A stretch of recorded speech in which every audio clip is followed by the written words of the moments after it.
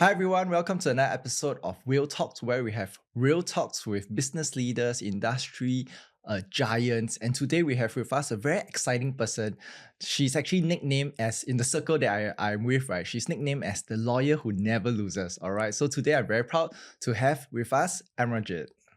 Hi, Zach. Good Hello, morning. nice to meet you. Great to be Yeah, with you. so the thing is that, some of the people, around us, they have always been talking about you. So I'm very, very excited to have you around. We Thank know you. the work that you do and all. But for the rest of our listeners, maybe they're not so familiar. So maybe you can tell them what do you do roughly? Because I understand that your scope of work can be quite huge as well. So yeah, why don't you tell us what do you do and how do you even jump into this realm of work? Okay, so I'm an employment lawyer. Mm-hmm. I focus on advising founders, Mm-hmm. C-suites, Mhm. senior executives on navigating complex challenges in the employment landscape. That includes from the start of the employment life cycle when they're negotiating their onboarding packages, when they find themselves in a bit of a tough spot during employment. Mm-hmm. So, things like investigations, misconduct, performance issues, and also negotiating and optimizing their exit packages. The service that we offer is a very discreet service in terms of advising them. In most cases, Zach, you wouldn't believe it, but the adversary almost never knows I'm there. Oh, wow. Because I think that often operates to my client's advantage. Mhm. The minute they lawyer up, the companies are going to shut them out in the cold, or they lose whatever leverage they've spent years building. So that's something that we do. We also work with companies, so Fortune 500 companies, MNCs, smaller companies, to advise them on the whole suite of employment matters. I also advise on crisis management. That's a little more tricky to encapsulate in terms of what we do, because crisis management can cover, as you imagine, the whole spectrum of things that could go wrong. A lot of it involves reputation management, as well as risk management. So you have this reputation a bit like a Harvey Specter, like, you go in, you win and all this. So yeah, how do you go about doing this? And most of the time, what we know about lawyers is things in the TV shows, which is obviously not very accurate. So yeah, how do you go about going about a case, and how do you get this reputation that you always win? Okay, so that's how urban legends are born. Okay. Okay, but what we see on TV presents the law as very much a zero-sum game, which it is in disputes, because if you take a matter to court, you have certain causes of action and then there are certain outcomes, right? You are either granted damages, or you're granted whatever you are seeking, whatever remedies you're seeking at court. So that tends to be more binary in nature. But in terms of the work that I do, so employment law, there's a whole spectrum of possible outcomes, right? Winning to me, as I said earlier, looks like sometimes not even surfacing. So let's say my client is being headhunted by a company. Now, the client already has tremendous leverage because he is actively being sought out by a prospective employer, right? So in that case, my role, a successful participation on my part, looks like shadow advising, stealth advising from the background, to point out strategically, okay, these are the moves we make, and these are the things that you want to get, right? That they can do better on. This is the language we want to tweak so you are protected. So that to me is what success looks like, because then when my client joins, they join on the best possible terms, not just financially, but also in terms of their legal rights and flexibility for them to possibly move on, gain the necessary protections during employment, etc. And then at the point of exit, right, the client's usually been there for a long time. They've built up tremendous goodwill of their own, right, through their skills, through their contributions, through their reputation, allyship, etc. Now, if I were to surface at that stage, the company is going to shut them out in the cold, right? The company is going to say this is getting aggressive, and then lawyers get brought in on both sides. And I feel that doesn't normally serve my clients well. So in those cases, success looks like helping them to negotiate outcomes that serve them without me even needing to surface. Wow. Okay. So that's something that, most people imagine being a lawyer is really just being at the front and center of everything. But I find that there's a lot of satisfaction in actually stealth advising and getting to where we need to without even having to surface. Stealth advising. Wow, that's a new one. Okay, Yeah. nice. What does losing look like, right? Okay. That's also interesting because it's not that one never loses. To me, the cases where it feels like it's a loss is where there is a sense of moral outrage. So, for example, you know that the facts are stacked in favor of the client. Now, the law may not be in favor, or there may be gaps in the law. So, as you know, Singapore employment law is pretty, it's quite bare in the sense that a lot of it is left to private contracts. So, negotiated agreements, right? So, where there's no law covering it, then a lot is actually sitting in the contracts that parties enter into. Now, it's in cases where clients don't find protection or shelter under the law or the contract is against them. And there's a sense of injustice in terms of the outcome. You feel like something's not quite right. Those are the cases where I feel like, despite our best efforts, if we don't get to where we need to, then those are the cases that I'm less satisfied with. I see. So I know you represent both sides, right? Both the employee as well as the employer. So to make it relatable for our listeners as well, because we have both business owners, entrepreneurs listening, as well as employees. So let's start with the employee side, right? So as a person who is going to get a job or sign a contract, what are some of the things that you feel that they should look out for that usually usually, when the employee goes in, they deal with this stack of contract, a lot of pages. They also don't know what to look for. They're just happy to get a job. So what are maybe one or two things that you feel that as an employee, they should look out for? So the first thing I would say is, as an employee, as Asians, we're usually just very grateful to get an offer, right? So the temptation is to just take whatever you've been given and sign, right? Because of our mindset. The first thing I would say is, exercise caution.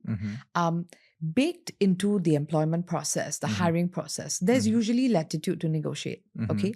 So the first thing I would say is, I know these documents may be intimidating, they may be long. Sit down, take the time to read them. Understand what is actually on offer in terms of the financial package, go into detail, right? Granularity is important at this stage. And then think about whether it is where you want to be, right? Because bear in mind, it's when you change jobs that you get the highest increase in pay. And then after that, it plateaus. So, make the most of the fact that you are changing and ensure that you work in the necessary uplift that you require. Okay? Because you expect that it will plateau after a bit. Make sure that the remuneration structure makes sense. The bonus structure makes sense. It's clear.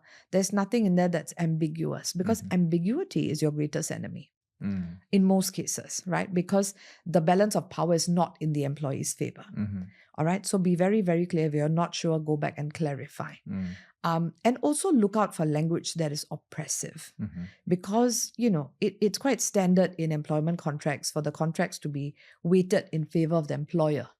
So as an employee, be discerning. If there's anything that looks to you to be irregular or like a red flag, please go back and ask that it be removed or be clarified, or that, the language be adjusted. Know that you have power to negotiate. I think that's absolutely critical. Don't just take it and sign. I think it's true. Hiring is a 50-50, even though it usually appears that the employer has the upper hand.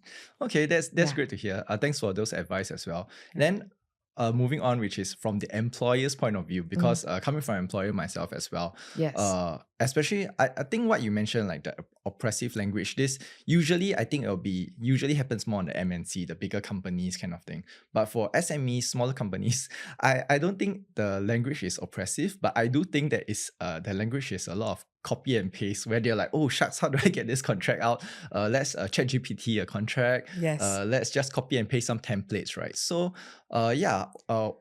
what are some things that employer, especially those startup SMEs, they should look out for? Okay, so I think what you've shared is exactly the problem that startups and SMEs face, because they don't consider investing in contracts at early stages of business to be a valuable investment, right? Because they're like, we can just pick up a template. It makes sense. It looks okay. Why don't we just plug in the name and the amount we're paying them, right? We all know that's how it's done, right? Now, I would exercise extreme caution in taking that approach, right? Because and I say this as a disputes lawyer, because I have a matter that's been in the High Court for 5 years now. And it's in the High Court for 5 years because of ambiguity, lack of clarity in terms of the language of a bonus structure. And these decisions to use templates, whether an internal template that you are reusing for a different role or something you pick off the internet or something that you get off AI can be problematic if it does not fit the situation.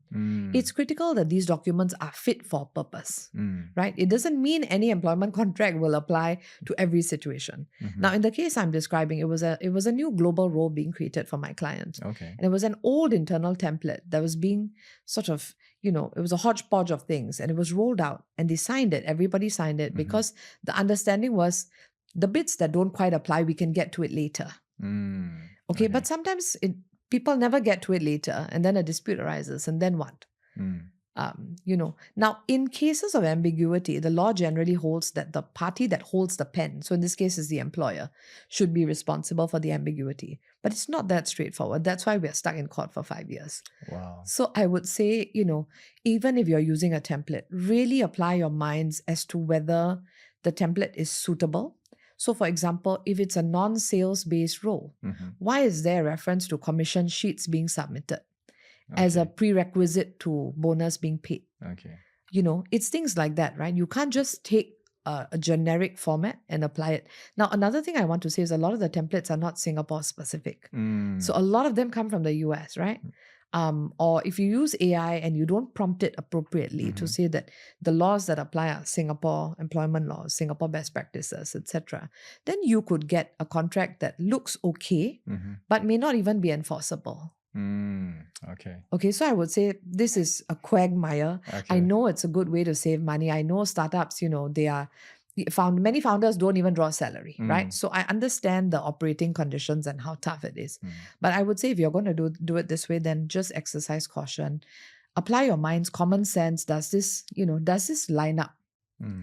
And then have some key clauses like a jurisdiction clause, a governing law clause, and say it's governed by Singapore law, exclusive jurisdiction of Singapore court. So if there's a dispute, you're not fighting something in the US, which is the case in most of these contracts. So you brought it up. I think it's a case of where, especially for these employer disputes, is the case where they usually don't find you at the start. And then when something crops up, then they come look for you and things like that, right? Yes, almost always. Is there any way to avoid this, or it's just, of course, the best way to avoid this is to have you guys on the start, right? But if not, then this is the next best natural option, or is there... Okay, I agree with you. Prevention, prevention is definitely better than cure, right? Okay. So it's always better to have these contracts vetted, customized upfront, because that prevents a lot of the problems and the disputes that may arise. Okay, but in the event that does not happen for whatever reason, when a dispute arises, rather than trying to resolve it internally, power to anyone who tries to do that. Sometimes it makes sense to bring your lawyers in early so we can help you determine strategically how to handle these things, rather than the company taking a position or, not helping itself in terms of what it does. It makes sense to come and bring us in early, parachute us in. We can help you do damage control. And then after that, I think a lot of the learning lies in why did this happen and how do we prevent it going forward as well. So, every problem is also an opportunity to learn and improve. Speaking of learning, I also know that you have a very interesting pool of clients. Your type of clients are the top tier clients, the C-suites you mentioned, some maybe from some royal lineage or whatever, right? So maybe I think most of our listeners don't have experience with this kind of clientele background. So maybe you can share like some interesting stories or some interesting learnings, most important learnings, like what we can learn from some of these cases or things to watch out for. Yeah. Or expensive mistakes or anything like that. Let's talk about expensive mistakes, right? Expensive mistakes. First, let me start with companies that make expensive mistakes. Okay. Then we'll go into individual mistakes. Companies make expensive mistakes, especially startups. Okay. When they are starting out, right? At that stage, the founders are optimizing for velocity. They want momentum, they spot talent, and they are all guns blazing to go and bring those guys in. Now, what happens at that early stage is this is a moonshot, right? Even for the founders. They don't actually know if it's going to take off. So at that stage, they are very quick to bring people on, give out equity, not really think about what their cap table looks like and how it's going to evolve. And when they give out equity or they give out certain rights, they don't set parameters. So, for example, somebody joins at an early stage, pre-seed, seed, and they are made certain promises of, if this happens, you will get certain amount of tokens, right? And then everybody forgets about it because that idea of even issuing tokens is so far away.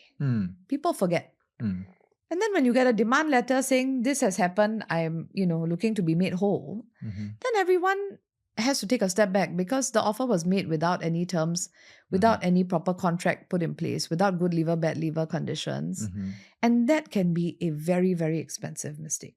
Okay. The initial enthusiasm to onboard somebody without putting in place guardrails, contracts, can be very problematic. And as you know, founders operate on speed, right? It will just be a WhatsApp saying, yeah, bro, I'm happy to give you this, right? Or some throwaway line in an email, which later comes to bite them because, this is a representation that is made. Yeah. So I would say these can be very expensive mistakes in the enthusiasm to onboard people, to get them as part of your team. I think there is still a need for rigor in terms of the contracts and the structures that are put in place. And I would urge all founders, all sort of people who run companies to really exercise discretion when they're making these sorts of early hires because they think, they never imagine the scale they will get to, right? They're just seeding dreams at that stage. But if it does take off, then it's important that you get it right from the start. That would be my advice in terms of, expensive mistakes for companies. Do you think at this point of time, I wanted to check, because as a founder myself as well, do you feel like, before you get into something big, you start to talk about all these nitty-gritty details? Do you think it like kills the conversation or kills the vibe? Like, whoa, this person is like a bit wary. It's like already planning for a breakup even before you get married kind of thing. Like, I would rather you be wary and they know you are wary. So everyone is well served by proper contracts rather than just letting the wave of enthusiasm carry you through the early days, right? Because it's much better. These days, most people have prenups. Why? Because of the realization that despite best intentions when we start out, we're all wearing these rosy tinted glasses and, everything looks good. But things do go wrong, right? People do divorce. And even with founders and co-founders, for example, I would say have an agreement in place of what happens when you have to part ways, right? Not just with your other employees, but really critically with your co-founders, because we've seen enough disputes between co-founders to say that it's better you all have the honest conversation up front. It may be awkward, as you say, it kills the vibe. It may convey the impression of mistrust, but I think it's about how you communicate, this is very important to me, right? It's therefore vital that we get this right because I want a long and fruitful relationship with you. And we need to prepare for, eventualities which may arise. We both hope that it never does, but I want us to be prepared so we are protected and we are comfortable that if it happens, we have a predictable plan that we've already put in place. I think if the communication is right, it's not that I don't trust you, it's really the contrary. I trust you, we're doing this together, but we need to be practical and pragmatic that sometimes, we may want different things for ourselves, for the company, and we need to also prepare for our own evolution. So if the conversation is held at that level, I think it's less off-putting, but it should be had. Well, okay. I just want to dwell on this part a bit more because, I know you're not in this marriage kind of lawyer kind of thing, but because they always say business, co-founders, the relationship is really like getting into marriage, right? It is. So you're of the idea of, the like the prenup, right? Like, even though you talk about it, not hoping for it to happen, but you want to have all these things in place. So like, a bit less romantic in a way, but it's good because people put everything up front. Have you seen like cases where these are done well and these are not done well? I mean, I would imagine it's a very tough conversation to have. I mean, in a real marriage, prenup, and now in a business case, like, oh, let's start this business together. Oh, but even before starting, we're talking about, okay, what happens if we were to end the business? Like, you gave some tips on how to do it, but like, have you seen cases where it was done well, and how can we repeat that, man? It's even by what you are telling me just now, it sounds very difficult. Okay, so I've seen cases that are done well. I've seen more that are not, as you would imagine. It's when things go south that they look for us. Okay. Now, when founder relationships are managed well. The documentation is put in place clearly and early on. It's very clear which founder does what. So the demarcation of duties is very, very clear. Okay. Because sometimes as the scope grows, if there's no clear demarcation of duties, there may also be a turf war, right? Between you both of, this is an incursion into my space, I'm in charge of this. I think reaching an understanding of who does what is important. And also arriving at some parameters of what will happen if things do not work out. So exit strategies, right? What are the exit options? I think that's very important, because the cases that I see where things go south, things don't work out, is where the founders end up at loggerheads for whatever reason. Sometimes it's philosophical differences. Sometimes it's, disagreement on business decisions. Sometimes it's that they want the company to grow in different directions. Or they, for example, don't agree with certain strategies that have been employed. Now, at that point, the founders are at loggerheads. And if there's no clear path forward, it's very, very hard, particularly if they're both directors, etc., to move things along. And sometimes they just end up in a deadlock. And that can be very difficult to break in certain circumstances. And then that is draining resources from the company. Because your founders are distracted, they're using time and energy to fight each other rather than to focus on the business. And that never serves the business well, nor does it serve them well. I see. So to me, having these difficult conversations up front is absolutely critical, because it saves you a lot of pain, time and effort later. And you have a better chance of maintaining the relationship with your co-founder if all this is in place, because then there's a less chance of things getting ugly.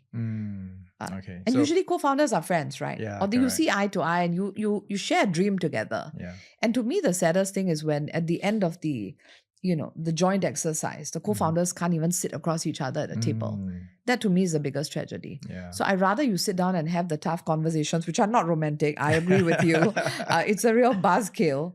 But, at least you have a better chance of preserving that underlying relationship. Wow. So even if you decide we're not going to be in business together, you Okay. can still be friends. I You see. can still meet socially and greet each other and be in the same room. I Okay. think that's important. I see. So do the difficult things first, so that at the end it will not be as painful. And Yes. yeah. Hard choices, easy life. Yes. Easy choices, hard life. I see. Yeah. Nice.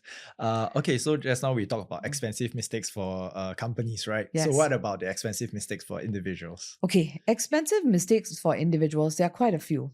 One of the biggest mistakes individuals make is to just, jump in and sign the contract, because, they look at and intimidate, particularly the individuals who are joining regulated industries, etc.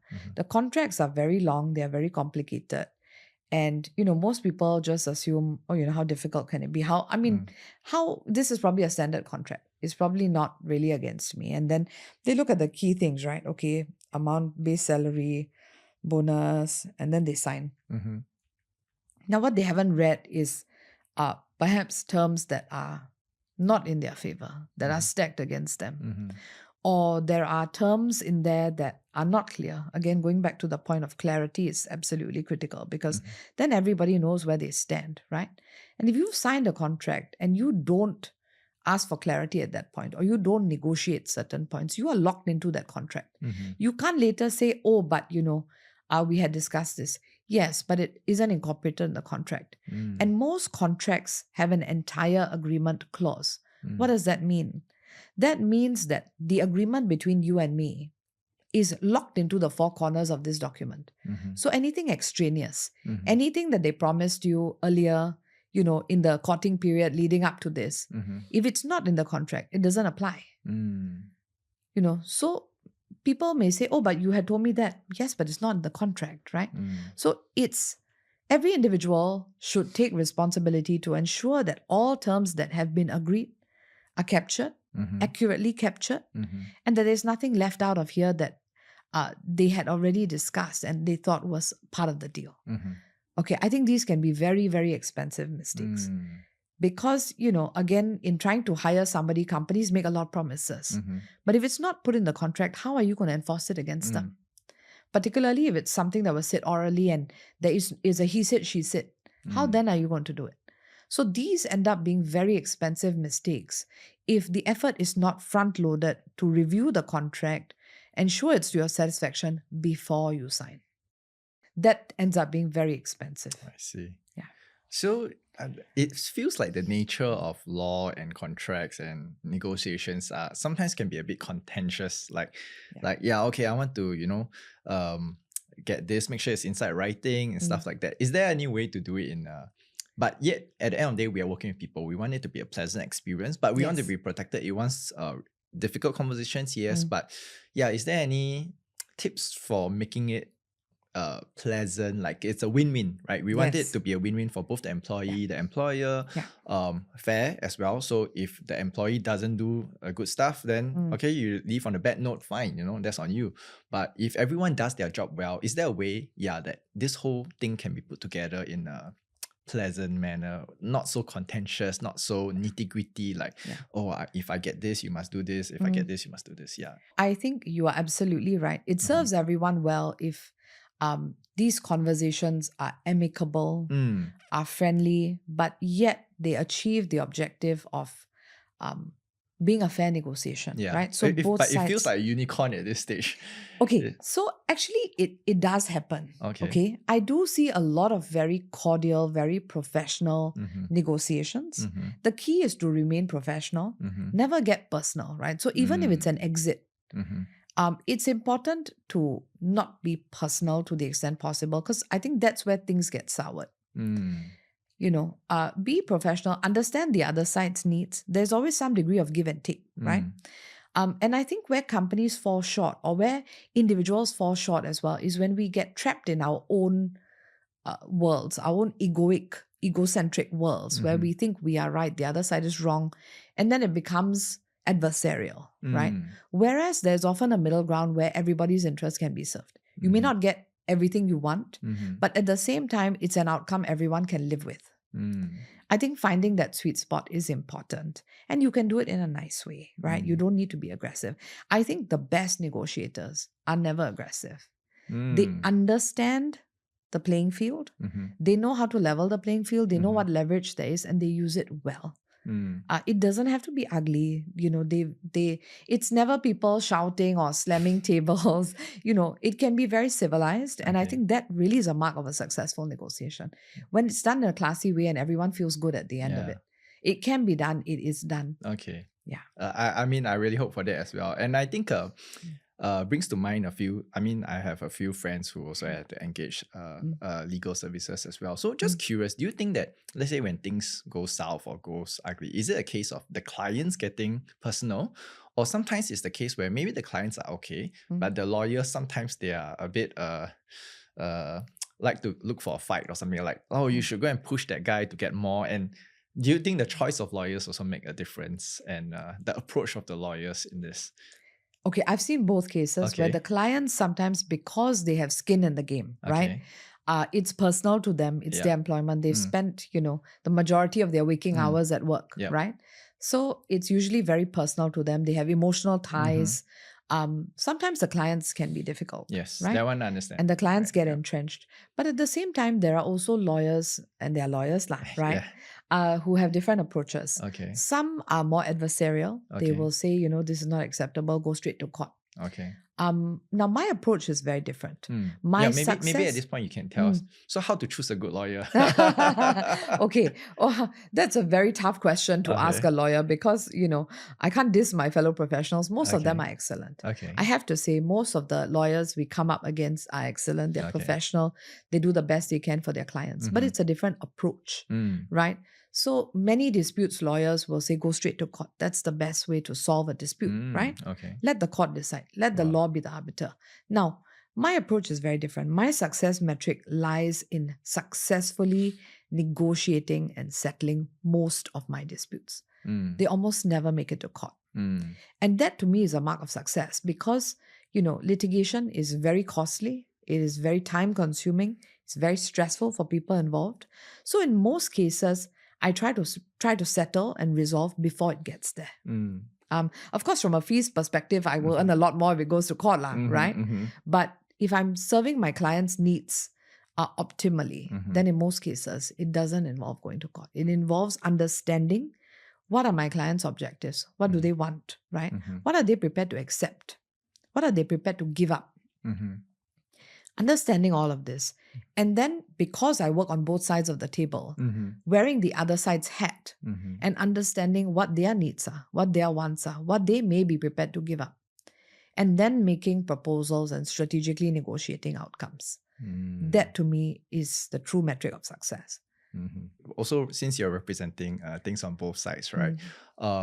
I think you have probably seen like the employment culture in Singapore, and recently there's quite a lot of things going on in the news, a lot of retrenchments and things like that, right? And most of the time it turns a little bit ugly, especially the big companies. But at the same time, I also cannot deny that sometimes economic conditions are challenging and all. Do you think that there's better ways to do it? Yeah, but at the same time, I also understand there's the proper way of doing it as well. I mean, I manage a small company, sometimes let some people go and things like that. It's really very difficult. I can only imagine at their level where, wow, it's very tough. They need to coordinate like mass departments leaving at the same time. And sometimes they do it in a very like, okay, we have to let everyone go. Then before they know it, the employees is locked out of the company, of the office, which is like, wow, then they go in the news, it's like, oh, they cry, they say this is very inhumane and things like that. So how can this whole thing be done better? Like I understand both sides, but I feel that it's so tough for either way. What is the proper way of doing it? So to your point, exactly, retrenchments are not easy for anyone, right? Especially the employees who are being let go because they have just lost their livelihoods. But it's not easy for the humans on the other side of the table too, to let people go. Because I see both sides, right? I see the employers' representatives having sleepless nights because they know they have just broken someone's rice bowl. And I don't think that sits well or easily with anyone because we recognize each other's humanity, right? How can it be done well? Okay, so in most cases, retrenchments in Singapore are done responsibly, but the ones that are not are the ones that capture the public imagination. Okay? So as you said, the baker who at the end of the day is told, oh, you don't need to come in tomorrow, today's your last day. Or, like the company where recently the announcement was made on Instagram and the employees found out at the same time as the rest of the world, right? Now, those are the more extreme examples of perhaps retrenchments that should have been better managed. Okay. The fact of the business imperative for retrenchment, I think, isn't called into question. Everybody is practical enough to know that if there is a business need, then they can understand why a business may say we need to have a reduction in force. We can't have so many people doing this, or the economic conditions do not justify us having so much headcount. I think people can understand that. We can accept that.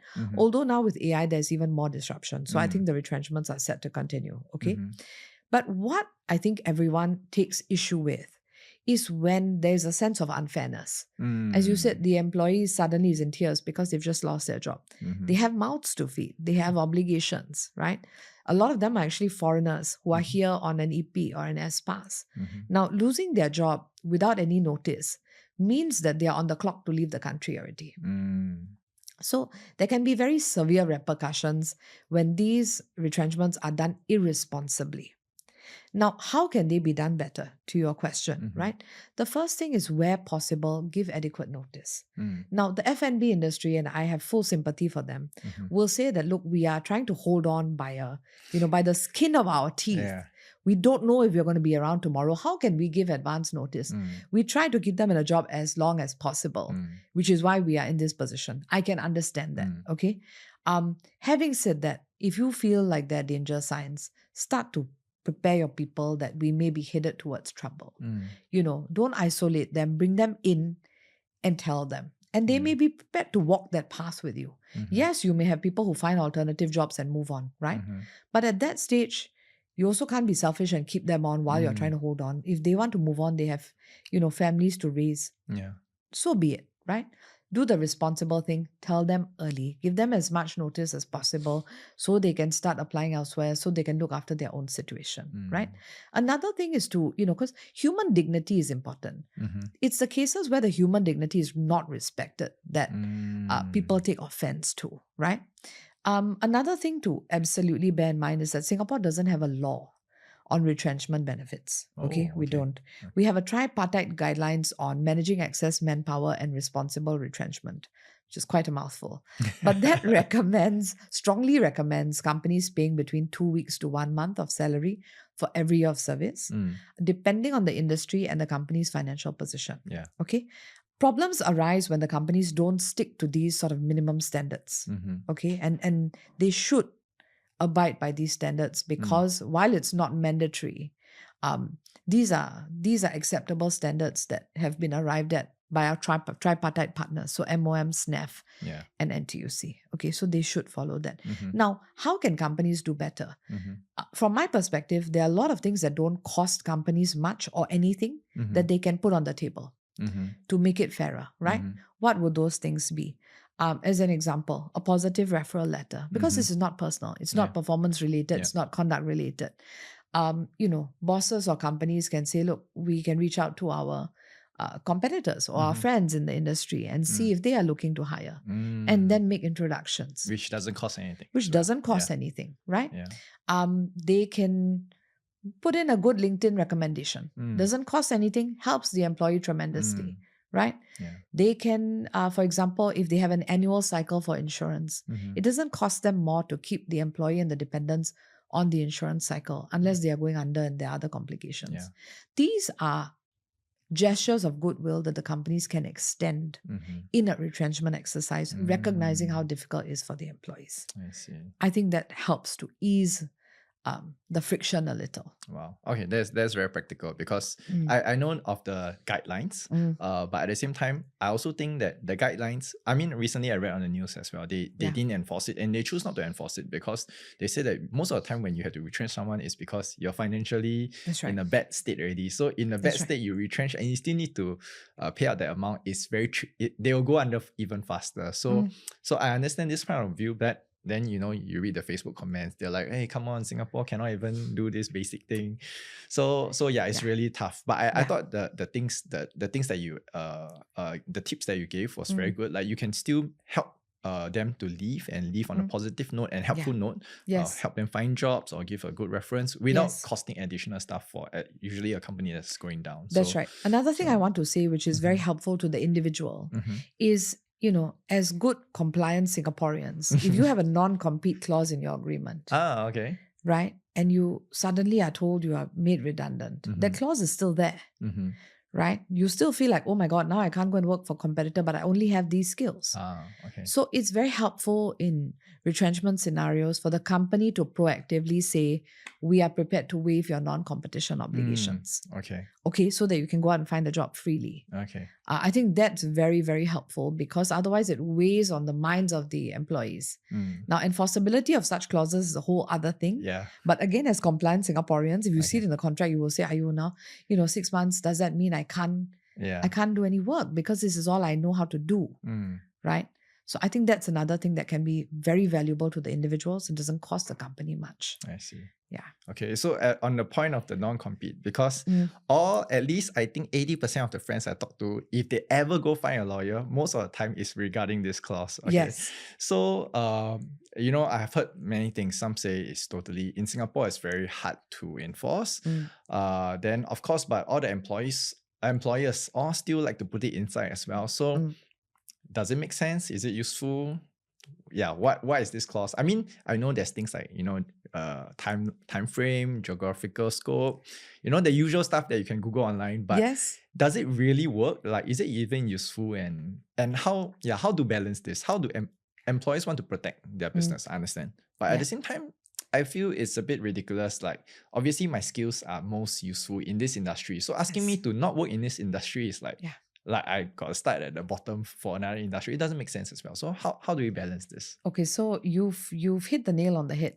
I think the challenge with these types of clauses is exactly that, right? Companies have business interests to protect, but individuals have the right to earn a living. And I think the courts in Singapore recognize this inherent tension between the employer's needs and the employee's needs in this situation, right? Now, on the question of whether they're enforceable, a lot of people think, Singapore, this is not enforceable, which is not true. Now, the law does state that on the face of it, prima facie, such clauses are unenforceable. Okay. But there are cases where they have been enforced. Now, the enforceability depends on how carefully curated these clauses are. So, for example, if I'm hiring a janitor and I have a non-compete clause which says you cannot do, the same business that you are doing or the same function that you are serving worldwide for 2 years post-termination. Okay. You are laughing because it's overkill, Yeah. right? It's an extreme example, Okay. but it shows you how unreasonable such a clause would be in the circumstances. So a lot of the exercise actually involves drilling down into, firstly, does the employer have a legitimate business interest to protect? Secondly, can those interests be served better by other clauses? So if the only reason you are saying you cannot go to my competitor is because you have access to confidential information, but you already have a confidentiality clause, then do you even need this non-compete clause? I see. Okay? At a very practical level, that's the inquiry, right? If you are already protected by something else, then you don't need this, right? And if you need this, then I need to understand why. What are you trying to protect? A stable workforce? What are you trying to protect, right? And then the court looks at, as you said, factors such as temporal scope. We have one case, I think, that went up to 3 years, but that's very, very unusual. 2 years, also very, very unusual. Yeah. Much more common in Singapore is maybe 3 months to 6 months. Okay. At a stretch, maybe 1 year. But then it's not viewed in isolation, right? It's viewed in terms of what is the geographic scope. So if your role is purely domestic, but then they are trying to prevent you from working regionally or worldwide, then that's a problem because that's unreasonable. And then the third is, what is the activity that they are trying to prevent you from doing? So, for example, if the person is a janitor, but you said you can't do anything that the company engages in throughout its group, right, anywhere in the world, then that's a problem because it doesn't relate to his personal job scope. It's too wide. So those sorts of clauses are likely to be struck down for being unreasonable and therefore unenforceable. The courts recognize that each of these cases need to be viewed on their own facts. Okay, because there is no one catch-all non-compete that will pass every situation. Good luck to all the ChatGPT and the copy and paste contracts. Exactly right. So you took me to my next point, which is that is exactly why we stress that in order to have a properly enforceable contract, you need to spend the time and attention to say, particularly for your key hires, right? You got a few key men in your team.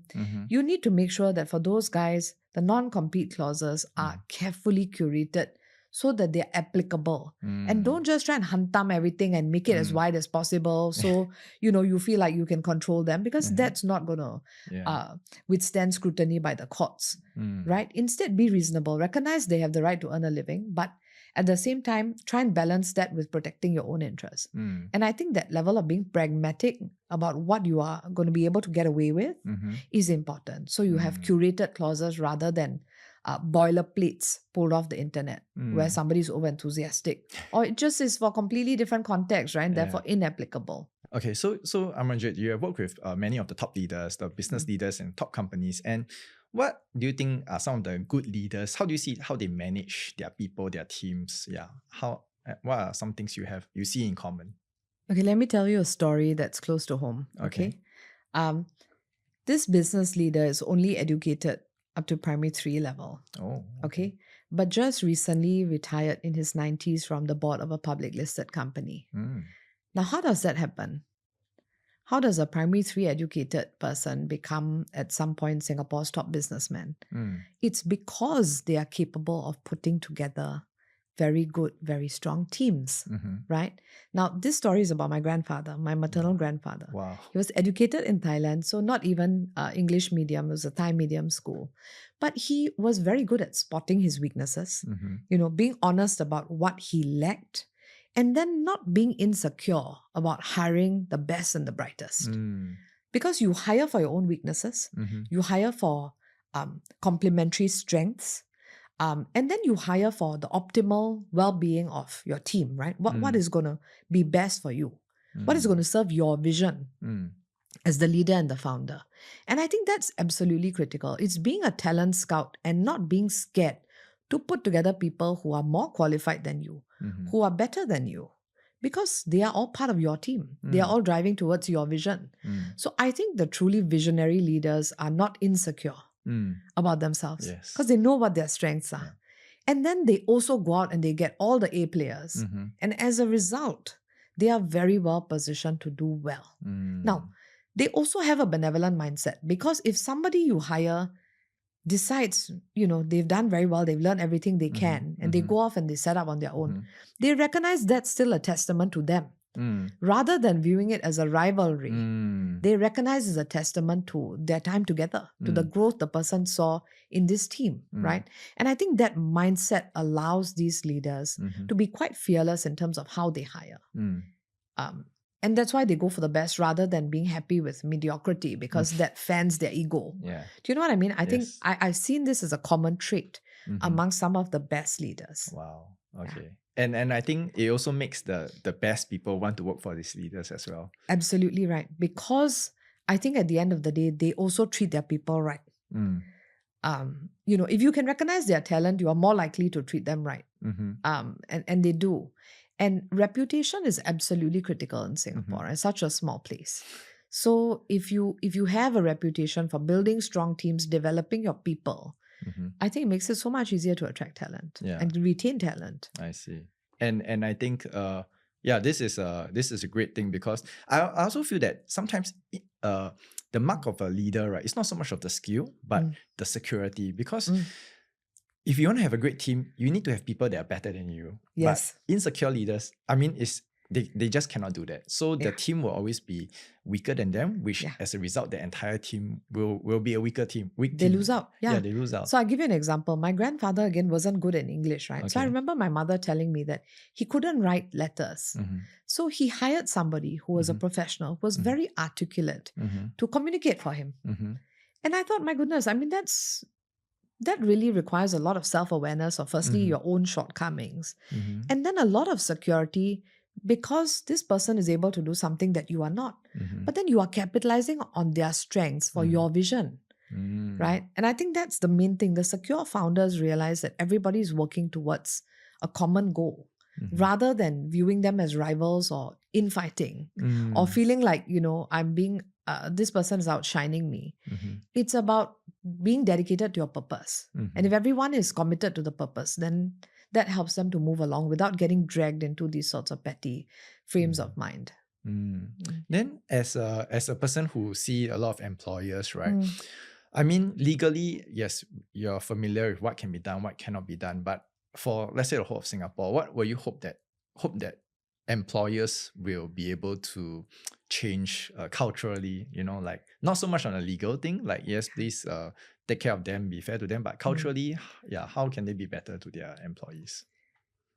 I think the answer to that, from my perspective, is creating psychological safety. Okay, now what do I mean by that? Singapore is a high power distance, low individuality culture. We have a collectivist mindset, right? Aim for the greater good, don't rock the boat, don't be a troublemaker. It's already very hard for Singaporeans to speak up, okay? Because it's culturally ingrained to just tahan, put up with whatever you can. Now, this becomes problematic for organizations because you have what is known as a state of artificial harmony. You look at people, let's say your headquarters based in the UK, and you look at Singapore, you come for a visit, it looks as if everyone gets along, right? Because there are no alternative views being expressed. There's no dissenting point of view. There's no pushback, no challenge. Very rare. It's very rare. So the assumption is it's all good. Now, the problem is that there's a disconnect between the ivory tower, which assumes everything is good looking in, and the people on the ground who may be extremely dissatisfied, but don't feel safe to say it. So to me, one of the key things that companies need to ensure they put in place is a sense of psychological safety. How do you do that? It's not easy, right? Easy to say, very, very hard to do. One of the main things that companies can do is to create genuine feedback channels, feedback loops, okay? So one of the things, Piyush Gupta had an email address where anyone in DBS could write to him. Okay, what does that mean? That means that as a leader, I'm here for you. What you have to say matters to me. You don't have to go through HR or some whistleblowing channel or figure out who to send this to, you always have a direct line to me. And I think that's critical as a leader, because then you are telling people your voice matters. What you have to say is important to me. That sort of messaging is priceless, because it makes people feel empowered to express their views.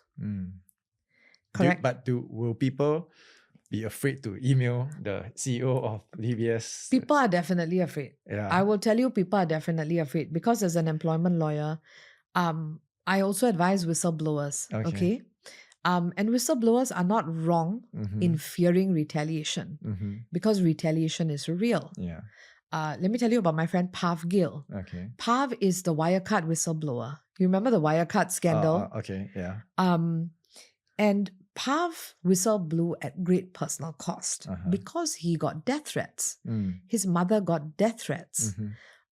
So whistleblowers that's an extreme example. But the ordinary Singaporean fears speaking out because they fear they will lose their jobs. They fear they may be overlooked for promotion. They fear being marginalized or being left out. And these are all not unfounded fears. Okay.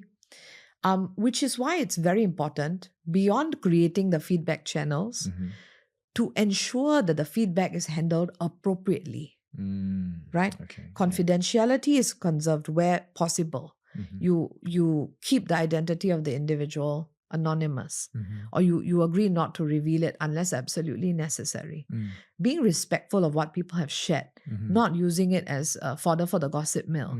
These are critical things that companies need to do, beyond just putting in place processes and channels for whistleblowing. It's how the complaints are handled. And then it goes into, if there's an investigation, how the investigation is handled. Now, on this point, I want to talk about the Workplace Fairness Act, which is a new legislation that has already been passed. It is truly a watershed legislation in Singapore, because it is our first anti-discrimination legislation, which is super important, right? Now, it only takes effect next year, but this law requires companies to now put in place grievance processes. Okay, grievance handling processes. So people need to be told, if you have a grievance, here's how you raise it. And there has to be an assurance of non-retaliation. Okay. All of that will go a long way towards providing some degree of psychological safety, and people don't feel as if they are at risk. But it has to go beyond that. To me, companies cannot view this as a checkbox exercise. Checkbox. You can't just say, oh, I've put a policy, oh, I've put a non-retaliation policy, therefore I'm done. It has to be so much more than that. People need to be trained on how do you handle these kinds of things. If, for example, it's sexual harassment, it has to be trauma-informed. The way you handle these things has to be different from a regular investigation or regular complaint. So I really think companies need to commit to thinking about, how do we implement a sense of psychological safety? It starts from the top, but it's every leader's own responsibility in a meeting, for example, to make it a safe space where people feel free to have different views. Okay, so sometimes it's as simple as asking, guys, I'm not sure if this is a sound perspective. Do you have any alternative views? Asking for alternative views, right? Asking the quiet ones in the room, what do you think? Because they may be quiet, but it doesn't mean they don't have something to contribute, right? So making everyone feel safe to be heard, I think, is a fundamental building block for this. Wow. I think this is very, very appropriate, because I think this psychological safety thing is very tough to get, but I think it's something that, I don't know, maybe it's our culture or what, but in America, in those other countries, cultures, they speak up more. As a result, they have more robust discussions. And I think that also adds to the growth of the company, the competitiveness as well, better ideas and all. But of course, I also wish for that in my own company and in Asia as well in general. But the culture, the lack of psychological safety, and like what you mentioned, that I can give the email address and I say, hey, you can come look for me. But getting people to kind of look for you is another different thing altogether. So I think, wow, what you mentioned about every layer requires that commitment to psychological safety and how to approach it. Wow, that's a huge commitment, but I think it's worth the the effort, I guess. Yeah, and it's a tone from the top, right? So Yeah. if the guy at the top says, look, I want everyone in this company to feel as if they have a voice, from the most junior employee all the way through to the top, because they all have something to add, something to contribute, and we have to make them feel that way. If the top puts out this message, then it's far more likely that the leaders in the middle will pick it up.